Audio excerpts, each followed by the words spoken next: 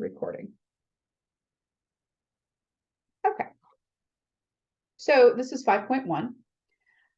Recognizing characteristics of a parabola. Remember, a parabola is just a quadratic. So the typical toolkit function for a parabola is just f of x is equal to x squared. And that's what this looks like. So the parabola is made up of several things. You've got your x-intercepts. And to find your x-intercepts, I'm going to write this, to find x-intercepts, you're going to let y equal 0 or f of x equal 0 and solve for x. Actually, it's x's. There's going to be 2 of them, hence it's x squared.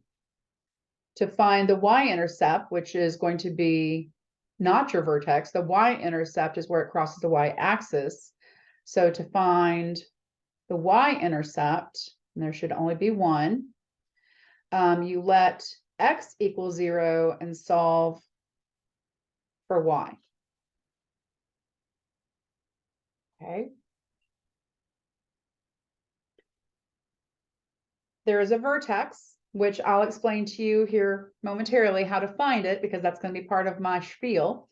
But one of the things you need to understand about the vertex is if it is a parabola like this, it is going to be your minimum. So your vertex is going, in this case, it's your minimum.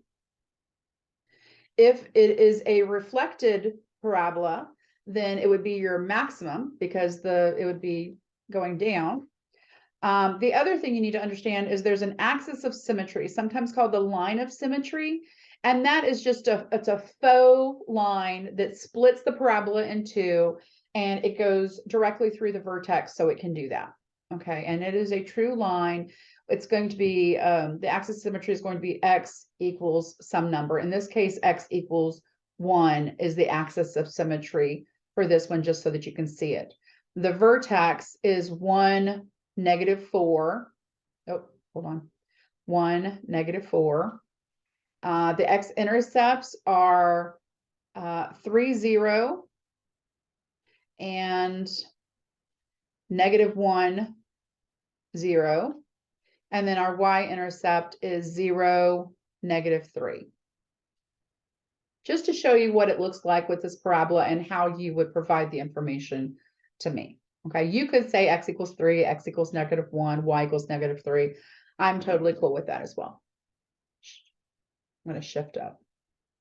So we're going to determine in this one what the vertex, the axis of symmetry, the zeros, and the y-intercept of the parabola are. When they say zeros, that is the x-intercepts. That's what that means. Okay. They just assume that you know. So determine the vertex. Well, the vertex is right down here. It's the low point. It's going to be our minimum.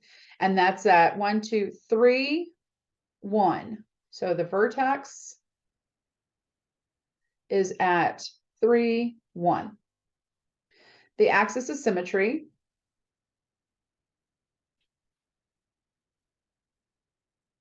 is x equals, well, it's x equals where the vertex is, x equals 3.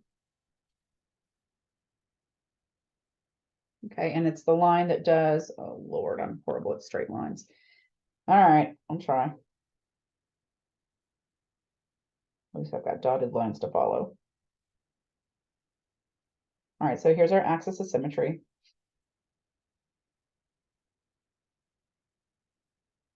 And it's x equals 3. And this is 3, 1. All right, then the next thing it wants to have is our zeros. It's not crossing the x-axis, so there are none. Please note that it's up at 1 for our y, so we have none. So there are none. All right, and then the y-intercept, it's crossing right here, and that is at 0, 7.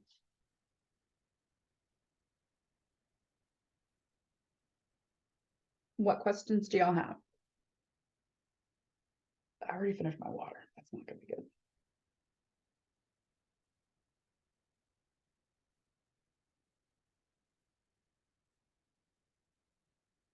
Give y'all a second to make sure you've got all this written down.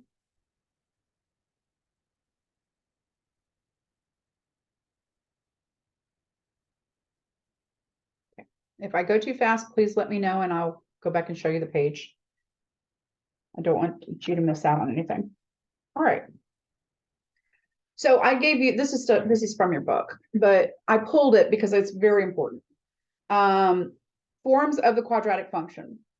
Here's an issue. You will see general form and standard form. All right. The standard form I call the vertex form, and so does a lot of other books. So standard form, in fact, the problem here is sometimes my open math calls the general form the standard form. It's not consistent anywhere. Don't get me started. But with the standard form, that is also the vertex form. And that's my preferred form, honestly. I mean, we're going to have to do things with the general form, but to understand what a quadratic looks like, I can look at what this looks like here in vertex form and know exactly what the parabola looks like just by seeing it in this format. This format, I cannot. I would have to make it look like this in vertex format to know what my parabola is. So general form is just your typical quadratic, ax squared plus bx plus c. All right. Standard form or vertex form, they factor out the a, and you get x minus h squared, okay, plus k. K is it's your vertical shift, okay? K is your vertical shift. HK is your vertex. Please notice that it's negative here. So here it's and then A is your, whether you're condensing or stretching. All right. To find H, if it's in this format, you can use negative B over 2A. Negative B over 2 times the A will give you H, and K is equal to the function of negative B over 2A. And I'll show you more of that here in just a minute. All right. All right, given a graph quadratic, write an equation of the function in general form. Identify the horizontal shift, which is going to be your H. The vertical shift is your K. And then substitute the values of the horizontal and vertical shift of H and K to find A. And also know that your stretch factor is going to be an absolute value of A, so it's going to be positive. All right, so let's see if we can do that here. Understanding how the graphs of parabolas are related to their quadratic functions. So we've got our axis of symmetry, which is x equals -2. The vertex is -2, -1. And then our x-intercepts, which are our zeros, remember that's also called zeros, are -3, 0, and -1, 0. And then our y-intercept is at 0, 3. All right. So I want to take this and show you what we're going to do here. So if we're looking for H is equal to -B over 2A. All right. So A is 1, B is 4. So H equals -4 over 2 times 1, which is equal to -2. 4 divided by 2 is 2. It's negative. So -2 is your H. That's your axis of symmetry. So where H is equal to -2, X is equal to -2 is going to be your axis of symmetry. Okay. And that's how you would find that. It's also the X of your vertex. Your axis of symmetry and your X of your vertex are the same thing. To find K, then we're going to take, it's -B over 2A. You're going to take that -2 and plug it in for X. So F of -2 is equal to -2 squared plus 4 times -2 plus 3. Okay. So -2 squared is 4. 4 times -2 is -8. And then plus 3. 4 minus 8 is -4. Plus 3 is -1. There's our -1 for our vertex. That's our y-intercept. Okay, so let's do k equals. Yeah. There's more. There's so much more I can do here. That's just to find your axis of symmetry and your vertex, what I just did. Is there any questions y'all have on what did I just do? Is there anyone who doesn't know that I confused on that part?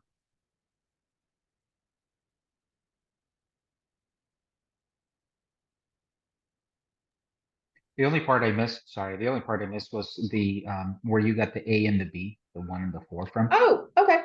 A is the coefficient of x squared, which is 1. B is the coefficient of x, which is 4. Okay. C would be 3, but we don't use C whenever you're finding the axis of symmetry. A lot of instructors will not say that that is the first part of your coordinate for your vertex. They'll just tell you it's the axis of symmetry, thinking that you already understand that they are one and the same. I know not everyone understands that, so I want to make sure that you do. That when you find your H, that's the representation of the X value for your vertex as well as your axis of symmetry. Okay. All right, so the next thing I can do is I can find my zeros just from looking at this. So to find the zeros, you let y equals 0 and you solve for x. So to find your x-intercepts or zeros, you let y equals 0 and solve for x. And I say this over and over because people forget. So 0 equals x squared plus 4x plus 3. X and x, 3 and 1, plus and plus. We get 3x plus x. Looks good. So then I would take x plus 3 equal to 0, x plus 1 equal to 0, and solve for x. X equals -3 and x equals -1. -1, -3. That's how we find our zeros. Any questions on that piece? We've done this before. It's just we're looking at it in a different way. Actually utilizing it.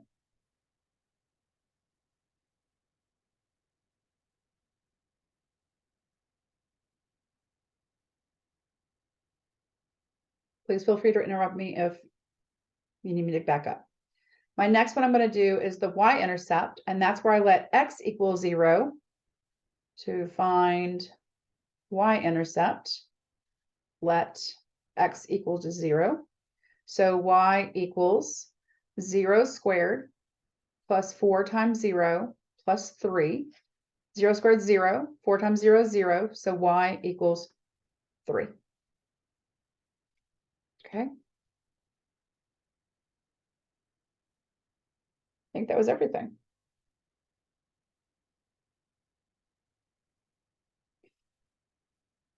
I want to see if give me just 1 second. I just want to peek at something real quick. Put this where you can see it, but I want to see what my next thing is. I want to do one more thing here while I'm at it, because I don't see. Oh, okay, I see where it is. If you're cool, I want to go ahead and move. I want to take this and put it in vertex form. Okay, we're going to do it again in a minute, but I think if I show you, if you have everything you can possibly do with a parabola on this problem, it might make sense if we do it again in a little bit. Okay, so I'm going to whip out another sheet of paper and I'm going to add one more thing to this. I don't usually do this, but I think it would help y'all. Is there anyone who needs a little bit more time with what I've written already?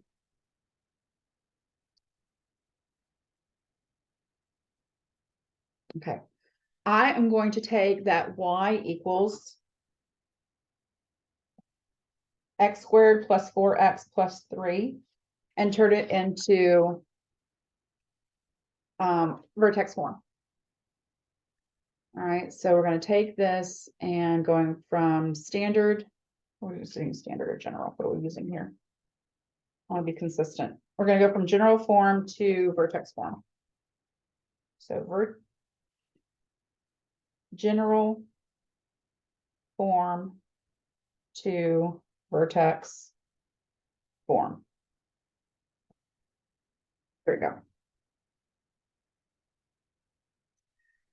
So the first thing I do here is I'm going to do completing the square, but it's going to be a little bit different from how we learned it previously. Okay. So when we did completing the square before, this was a 0. We would move the 3 over to the other side. This is going to be the same concept, but I'm going to keep everything on one side. So don't freak out on me. If you don't understand, I will guide you through it. I'm more than happy to explain any misunderstandings. So y equals, that's just going to stay, nothing's going to happen there. X squared plus 4x, nothing's going to happen there either. I'm going to take this 3 and just shift it over a little bit. Now, you know, when we did completing the square previously, we added it to both sides, you know, because I just said you don't need to worry about changing the sign. It's going to be the same on both sides. But in this case, we're adding it to the side, but because we're still on the same side, to keep this equal, we have to subtract it from the 3 portion. So I'm pretending like, this is what I do. I pretend like this is 2 separate problems happening on the same side of the equation, just because to me, it makes a little bit more sense, okay? And to do the completing of the square, remember, you have to take that 4, the coefficient of your x, take the 4, we're going to divide it by 2 and then square it. So 4 divided by 2 is 2 and 2 squared is 4. So we're going to add 4 and we're going to subtract 4. That means we're not doing anything on that side other than, you know, making it look a little bit weird. Okay. Then I can take my y equals and I can take my completing the square and I take the first term, the square root of the first term, the sine of the middle, and the square root of the last term, and square it. Okay. Then for my k, I've got 3 minus 4, which is minus 1. That is vertex form. Okay. So we just went from general form to vertex form. It's completing the square, but instead of having that 3 separated on the other side of the equal sign, it stays on the same side. And what you add to that binomial, the plus 4, you're going to have to subtract from your constant so that you can keep that side equal. What questions do y'all have about what I just did? And then I'll show you one more thing.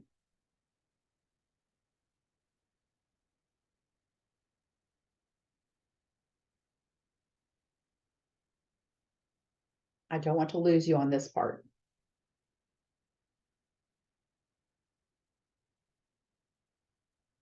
Okay, the last piece of here. I want to show you how you can get, this is your vertex. Your vertex is HK. So in this case, looking at vertex form, the H, you have to understand this is originally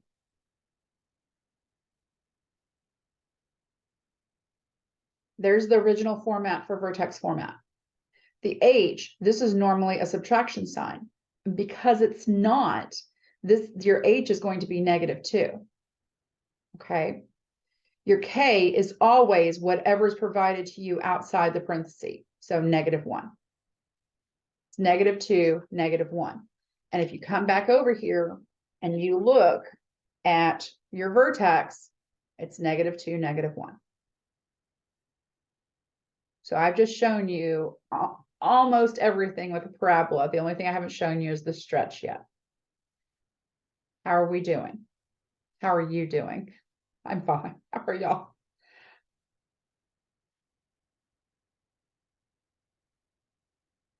It's a lot. I understand that. All right. I'm going to actually turn the page. So example 2, write an equation for the quadratic function g. So we have a new transformation from the quadratic function x squared and expand to write it in general form. All right. So fine, we'll do it in general form. That doesn't make me happy, but we can.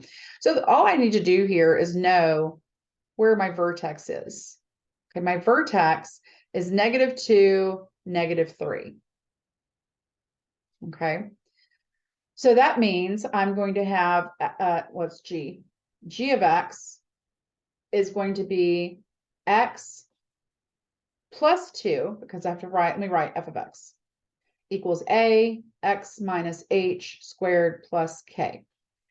Remember, hk is your vertex. So x minus -2 squared minus 3, because x minus, our vertex is -2. I'm going to leave my a here. Squared minus 3. Okay. So this gives me that my function g of x is a x plus 2 squared minus 3.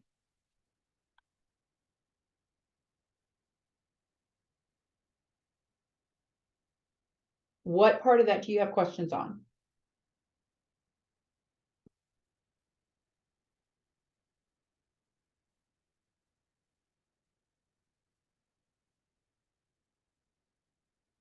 There's one more piece to this, and that's the a. We need to know if there is a compression or a stretch on this parabola. So in order to find a, understand that g of x is represented by y. So I'm just going to rewrite this for you. To find out what a is, we can choose any point on that parabola. I always go for the y-intercept because it makes life a lot easier. So I'm going to go to my y-intercept, and that is 0, -1. So where this is my x and this is my y, and I literally plug in for y and x these numbers. So -1 is equal to a, x is 0, plus 2 squared minus 3, and I solve for a. So -1 equals a, 0 plus 2 is 2, squared minus 3. 2 squared is 4, so that's 4a minus 3. Okay, I'm going to add 3 to both sides.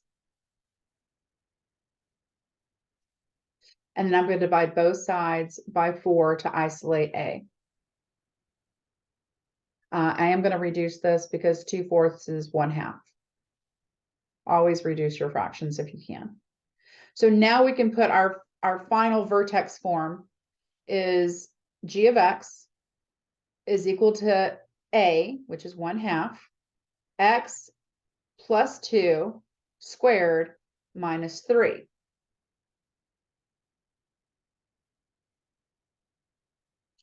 This is vertex form.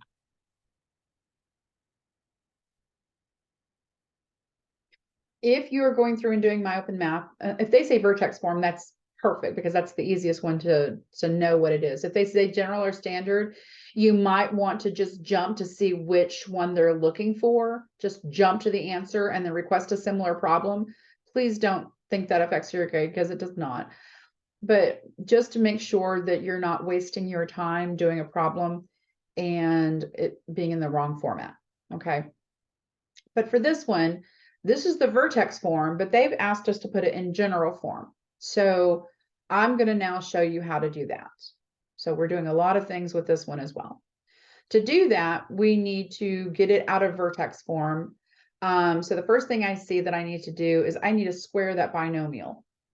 So g of x is 1/2. And to square your binomial, you can do this. Okay.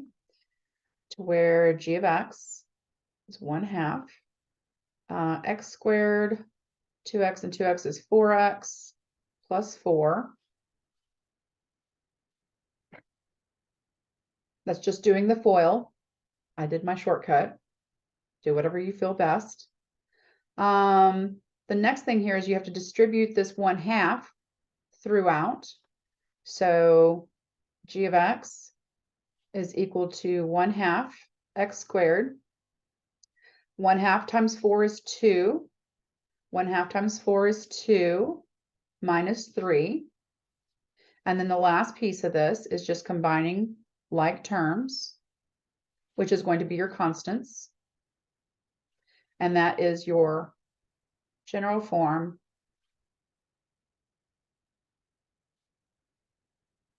for your parabola. I expect there to be questions. I would be surprised if there's not. Shift this back up so y'all can try to see as much of it as possible. When you're ready, let me know what questions you have.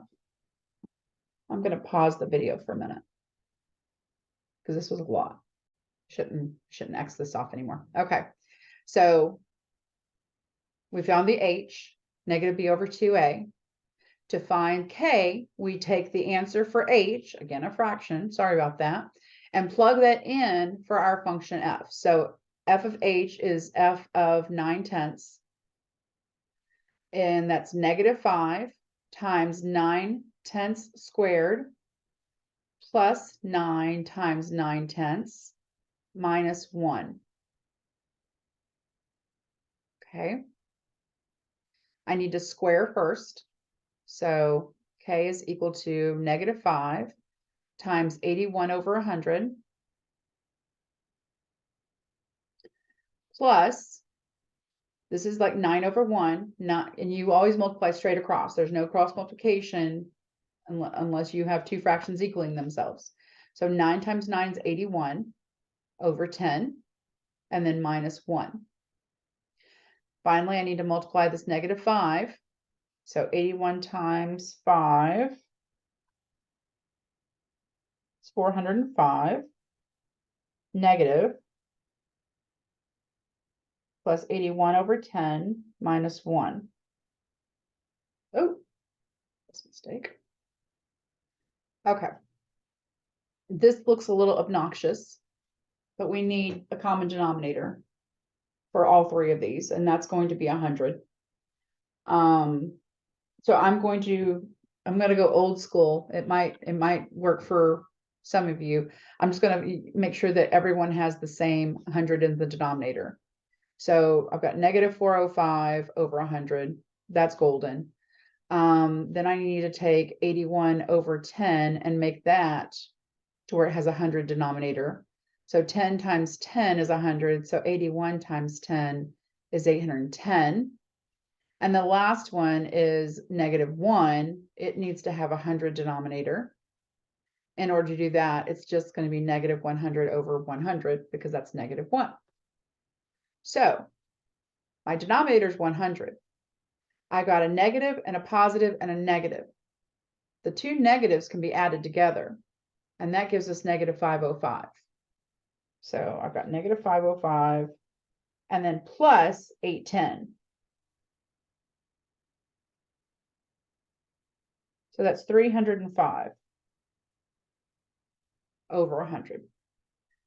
If you put in your calculator -405 plus 810 minus 100, you should get 305. Okay. And that's how I got that.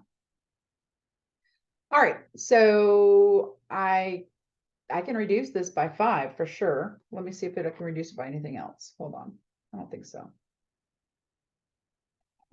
305 divided by 5 should be 61. Yep. So that's 61 over 20 because 5 goes into 100 20 times.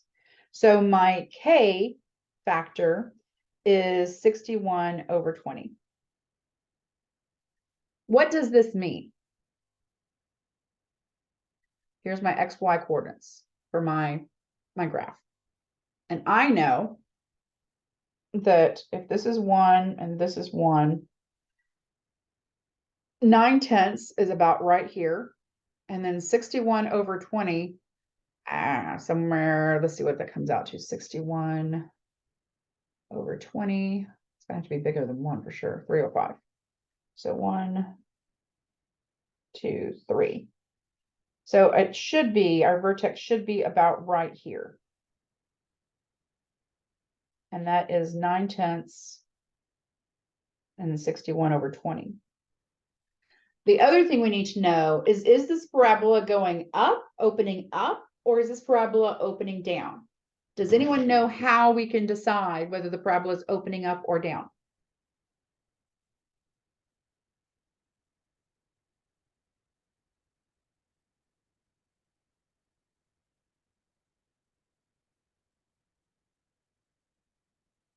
So the best thing you can do is look at the coefficient of x squared.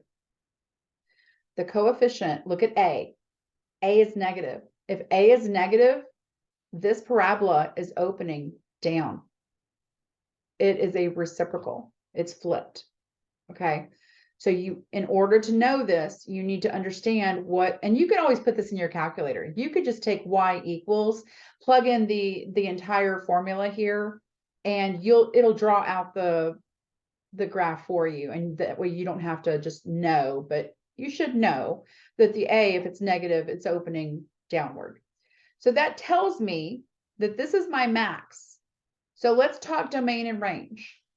The domain for a quadratic is always the same. It's negative infinity to infinity, period. It has to be a quadratic, okay? And we learned that with the toolkit functions. The range is where things get fun. The range is, remember, range is from the lowest number it could possibly be up to the highest. Well, in this case, this is the highest number it can be. The lowest number it can be, because these arrows are going down, is negative infinity. So the range for this quadratic is negative infinity, and it will go all the way up to 61 over 20. I want to put bracket. It needs a bracket. Okay. You have to have your H and your K in order to find your range. You should already know your domain for a quadratic is negative infinity to infinity. So this one's a no-brainer. So you really need to have that K. In order to have a K, you need to go through your H to find out what that is. Okay, so now we know the domain and the range for this function. There, in case y'all need a picture. What questions do you have? And I know this is a lot of information.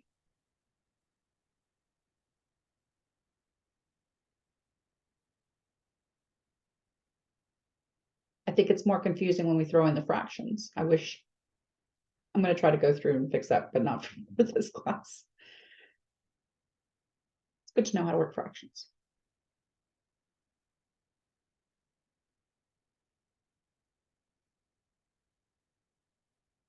All right.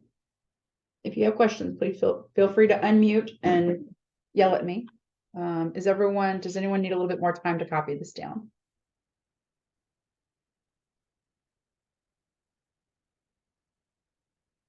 All right, I'm going to shift up. So determining the max and min values of the quadratic, and I've already said this as well, just reiteration is a good thing. If you have a parabola that opens up, that is going to be your vertex is going to be your min point. Okay. If you have a quadratic that opens down, then your max point is going to be your vertex. Okay. So maximum value of 4 occurs at -3. Minimum value of 1, because it's 1, happens at x equals 2. It's the vertex. That's what decides it between the vertex. And you'll also notice that the A here is positive and the A here is negative. If the A, which also can be considered the coefficient of x squared, is negative, that sucker's opening downwards, and you're going to have a max value, not a min. Okay. All right. I really don't want to do this one. I'm not doing this one on the exam. This is a backyard farmer. who they do the fencing and they want you to maximize the fencing of the enclosed area. I'm not giving you an exam on that. It's not gonna be a part of it. So. All right, so let's jump to how to, it's an application quadratic involving revenue. Okay, revenue is just. All right, so let's read this. Finding max revenue. Well, that means you're going to be finding your vertex. Unit price of an item affects its supply and demand. If the unit price goes up, the demand for the item will usually decrease. For example, a local newspaper currently has 84,000 subscribers at a quarterly charge of $30. Market research has suggested that if the owners raised the price to $32, they would lose 5,000 subscribers. Assuming that subscriptions are linearly related to the price, what price should the newspaper charge for a quarterly subscription to maximize their revenue?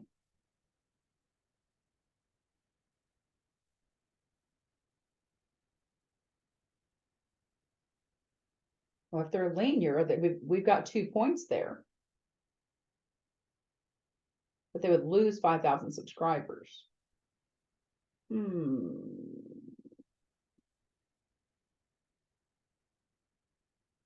There's so many things I want to do with this one. If y'all are cool with it, I'm going to skip this and we're going to come back after our break. Just because I'm not in the mood for word problems at this point, and I'm sure all of you are at this point as well. Skip, come back to. I want to keep going with what we were doing so we don't get off on a different step, and I don't know why they threw that linear one in there. That's weird. All right, let's keep going with the quadratic. Finding x and y intercepts, which we've already done. We've done it a couple times now. We've already seen one just like this to where there were no zeros. Remember, zeros is also the x-intercepts. So if you have a parabola that doesn't actually go through the x-axis, you have no zeros and no x-intercepts. If you have one that bounces off, this is just going to be one intercept, and it actually does touch the x-axis at 2. And then if it goes all the way through and then bounces back, whichever direction, then you've got 2 zeros or 2 x-intercepts. And then to find them, it's just like finding the x-intercepts and any other problem we've found is in order to find the x-intercepts, you let y equal 0. Okay, to find, and I know they write it a little bit differently down here, to find, and I've written this already, to find x-intercepts, you let y equal 0 and solve. Okay, we'll do that down here. And we can find the y-intercept too by just letting x equal 0, which is the easy one. So if we're going to find the y-intercept, we let the f of x, remember, is the same thing as y. So we're going to let this equal 0. And we're going to solve for x. Let me see if I can break this into parentheses. I don't know. Let's see if I can make it work. If I do, this is how I do it. So that would give me a 2x and a 3x. This would give me a 1x and a 6x. I think that's what I'm going to need to do, because if I make this negative, that would make a 1. So I can't do that. It's going to have to be 1 and 2. And my center is positive, for my 6 has to be positive. All right, it did break. Awesome. So then I take my 3x minus 1 equal to 0 and my x plus 2 equal to 0. If there's anyone who wants me to go back over how I did this, we've been doing this for a while, but I have no problems explaining to you my thought process through this. So I'm going to add 1 to both sides. 3x equals 1, divide both sides by 3, x equals 1/3. And in this case, subtract 2 from both, x equals -2. All right, so there's my x-intercepts. So x equals 1/3, x equals -2. Let's find our y-intercepts. Y-intercepts is just taking our function where x is equal to 0, and everywhere there's an x, you're going to place a 0. 3 times 0 squared is 0, 5 times 0 is 0, so is -2. So y-intercept is 0, -2. You could have also written these as -2, 0, or 1/3, 0. Totally your call. I would accept either one. But those are the three that we needed. What questions do you have? I'm thinking the word problems will hold off until we're done with all the other stuff because the word problems are different with every single word problem we do. So if we can get through this part, I think that's more important right now. Let me know if you have any questions on this one.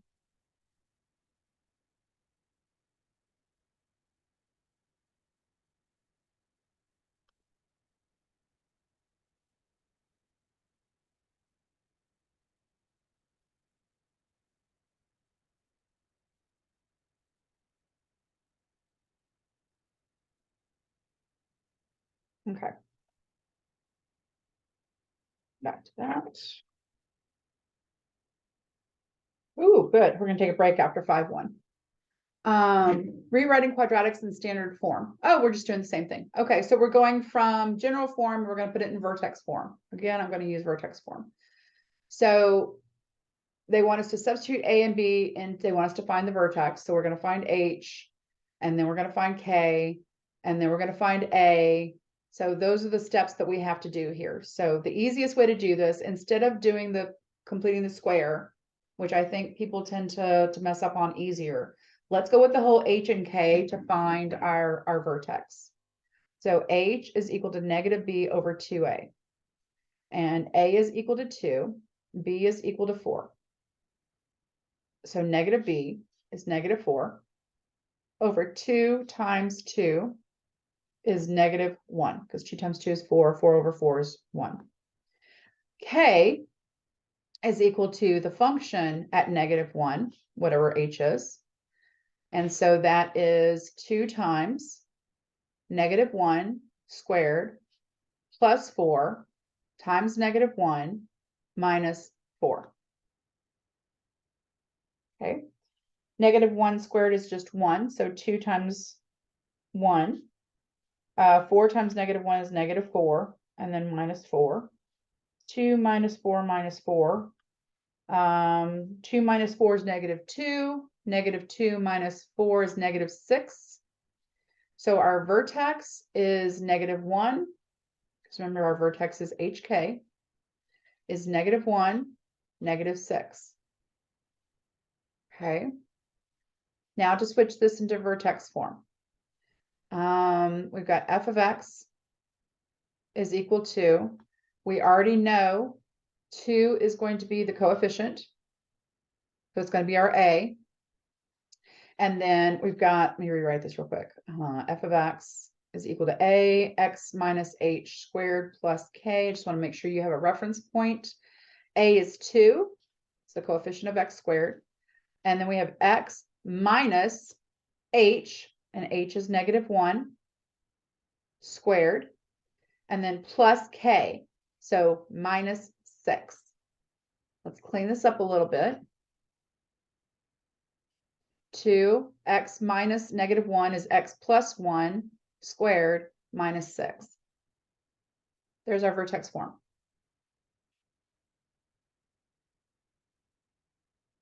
Questions?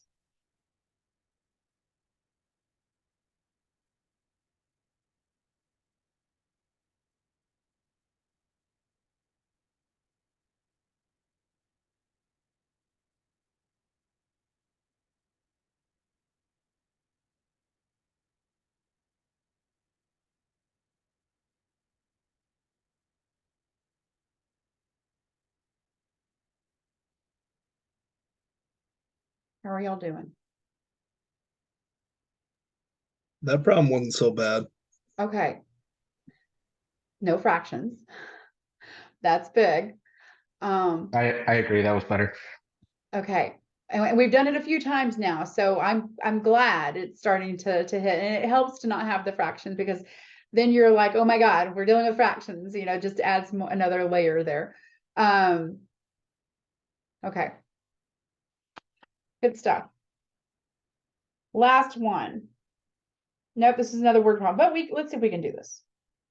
Because they're gonna want to know what the vertex is. So this isn't a bad one. They give us our formula here, so let's just play. We gotta do one. Ball is thrown upwards, and this is something that would be not a bad one for the test because it's already giving you the formula and everything. It's not like I'm making you come up with a formula. So a ball is thrown upwards from the top of a 40-foot high building, which is why it's plus 40, at a speed of 80 feet per second. The ball's height above ground can be modeled by this equation based on time. T is the time, and that's time in seconds. I know it's in seconds. So when does the ball reach the maximum height?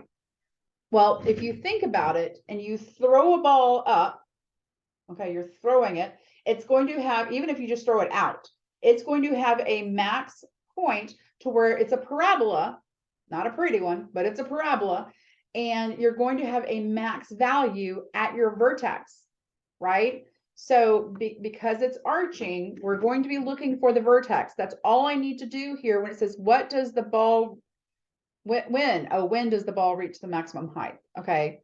And what is the maximum height of the ball? And when does the ball hit the ground? Well, the ball hits the ground at t equals 0, right? Well, let's do this. Actually, I need to go to the restroom. Do y'all want to take a break now and then come back to do this one? Are y'all cool with that? I'm gonna take a 10-minute break and then come back. That's fine. Are y'all cool with that? Okay, so I'm gonna stop recording, pause recording, I assume. Okay, so let's go over example 9, applying the vertex and x-intercepts of parabola. So when does the ball reach the maximum height? So the maximum height, we already know, well, what it's traveling at. We know that it's being thrown from a 40-foot building, but we need to know at what point is it going to be at its cap, at its top. And that's, we're gonna have to solve for h on that, because remember the vertex is hk. And the h is going to be our time, because remember time is always our independent variable, which is our x. So in this case, whatever our h is going to be our time that it takes for it to reach that max height. So we're looking for h, and to find h, it's just negative b over 2a. A is negative 16, b is 80. So negative b over 2 times negative 16 is 80 over 32. I should have reduced that first. I'm going to reduce this first because I hate dealing with bigger numbers. This gives me a 40, 80 over 2. And then 40 and 16 reduced by 4. If I reduce by 4, that would be a 10. If I reduce by 4, that would be a 4. Now I can reduce by 2, for God's sake. So that's 5 over 2. Negative divided by a negative is a positive. And that is going to be 5 divided by 2. So what does that look like? Well, 5 divided by 2 is 2.5 or 2.5. So A, the ball reaches max height at 2.5 seconds. And that's for our vertex. I'm going to put 2.5.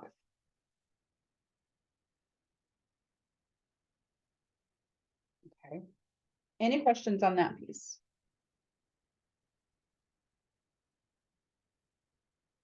You'll find that the map builds, okay? And I've been talking about how x is an independent variable and is always representation if we're talking time. So it just comes back that we have to use that same information again at this point. All right, the next piece is, what is the max height of the ball? Well, that's going to be our k. It's going to be our max height. So we need to find out what k is. In order to find out what k is, we have to find the function of h, and h is 2.5. Okay, I'm just going to use 2.5. It's fine. So negative 16 times 2.5 squared plus 80 times 2.5 plus 40. We could have used 5 halves, but I know y'all have an affinity for fractions. So that's equal to negative 16, 2.5 squared. 0.5 squared is 6.25. plus 80 times 2.5 is 200 plus 40. So 16 times 6.25 is 100. So this is negative 100 plus 200 plus 40. So that's going to be 140. Okay, so what does that mean? That's 140 feet. So the question was, what is the maximum height of the ball? The max height is 140 feet. Well, the building itself is 40, right? Yeah, it's a 40-foot building, so they threw it another 100 feet up. So that was it took 2.5 seconds. So you throw it, takes 2.5 seconds to reach 140 feet. So it went up another 100 feet, and then it started its arc down. Okay. And the next question is, when does the ball hit the ground? Well, we have to let your f of x or your y equal to 0 in order to find out what that is, to find the time that it takes to hit the ground. Okay. So for C, we have to let y equal 0 and solve for x, or for t in this case. Okay. So h of t equals 0. So 0 equals negative 16 t squared plus 80t plus 40. All right, that's the actual function. And I let my h of t or my y equal 0. So I need to solve this, and this is going to be nasty. I can't factor out that 16. Let's do quadratic. That's probably going to be the easiest because this is pretty nasty. Let's do quadratics where we let a equal negative 16, b equals 80, and c equals 40.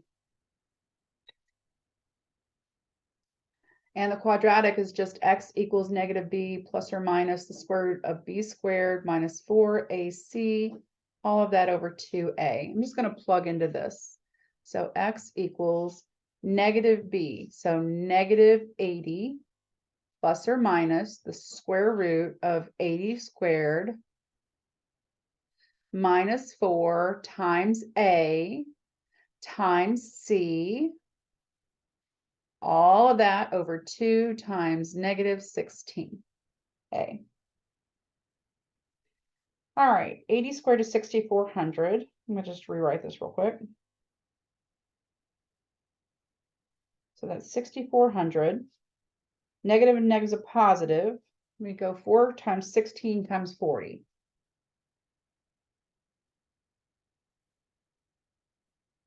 Is 2560. So that's plus 2560 over negative 32.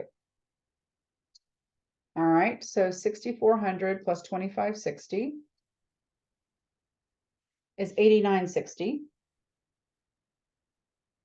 So x equals negative 80 plus or minus 8960 over negative 32.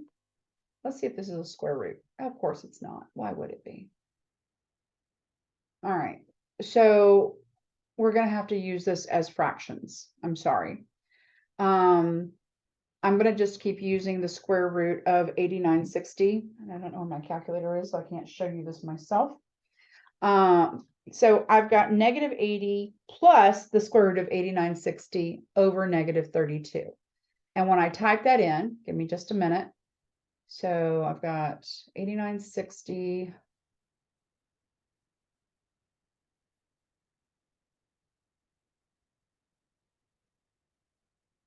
Okay, I did the first one as the plus.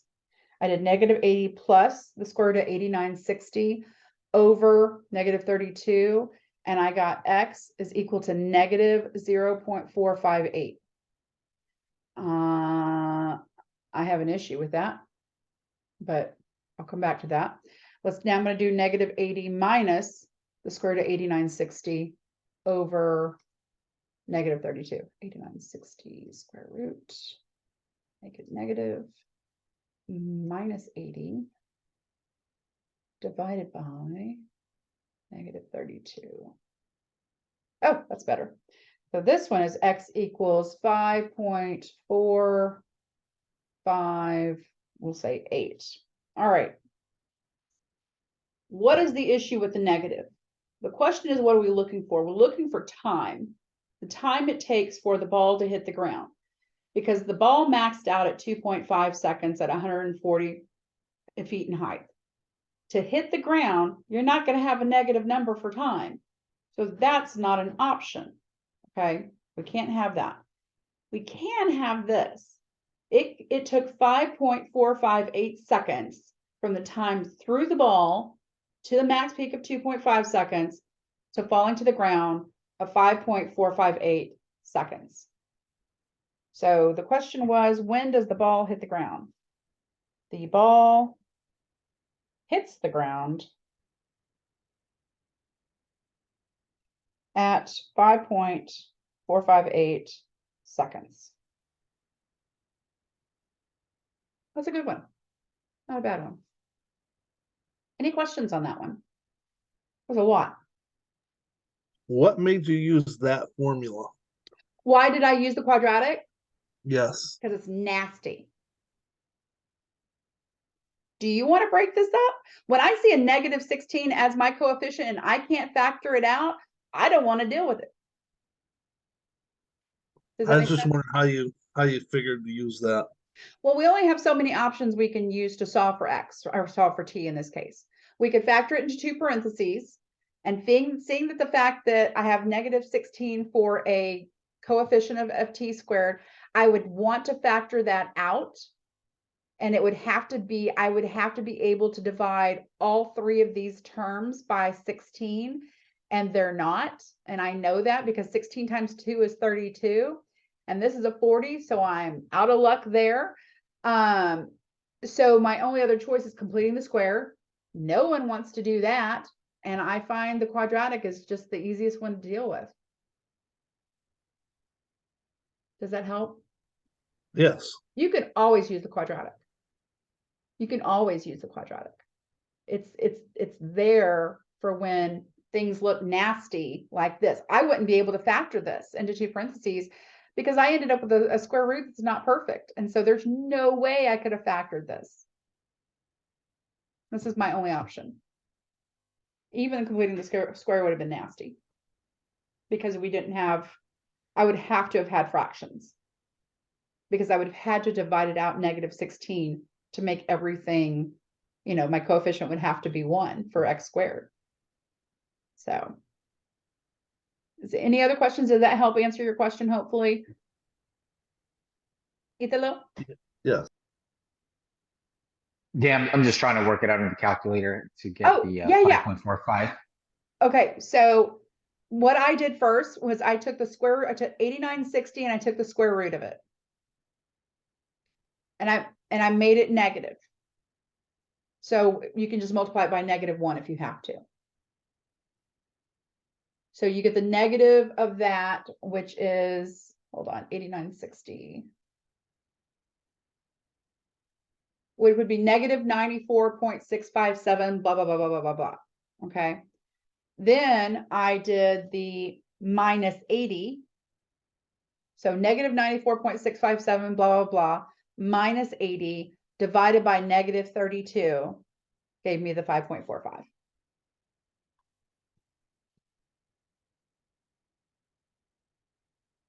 Okay. Did that work for you? No, I'm not getting the same, but I think it's just the way I'm inputting it. Are you using a TI 83? 84. Okay, so you're gonna have to use second and go to your square root. Type in 8960 equals. You should be able to hit your plus or minus button on the bottom. And it should change the sign. If not, you can just multiply by -1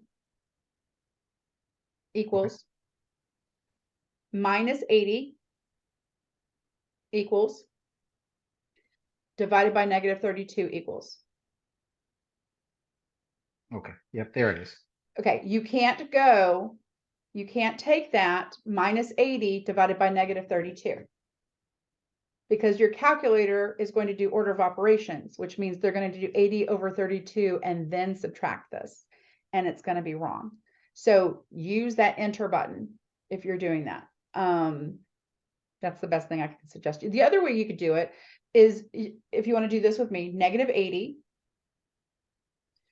minus second square root Mhm. 8960 equals, then divided by negative 32 equals. Okay, yeah, that works Better? out too. Okay, Okay. yeah. Any other questions about this one? All good questions. Especially wanting to know why the heck did you choose to use the quadratic? Because this is nasty. Anything that's nasty, I don't want to deal with it. Okay, that is it for 5.1. I'm going to stop recording.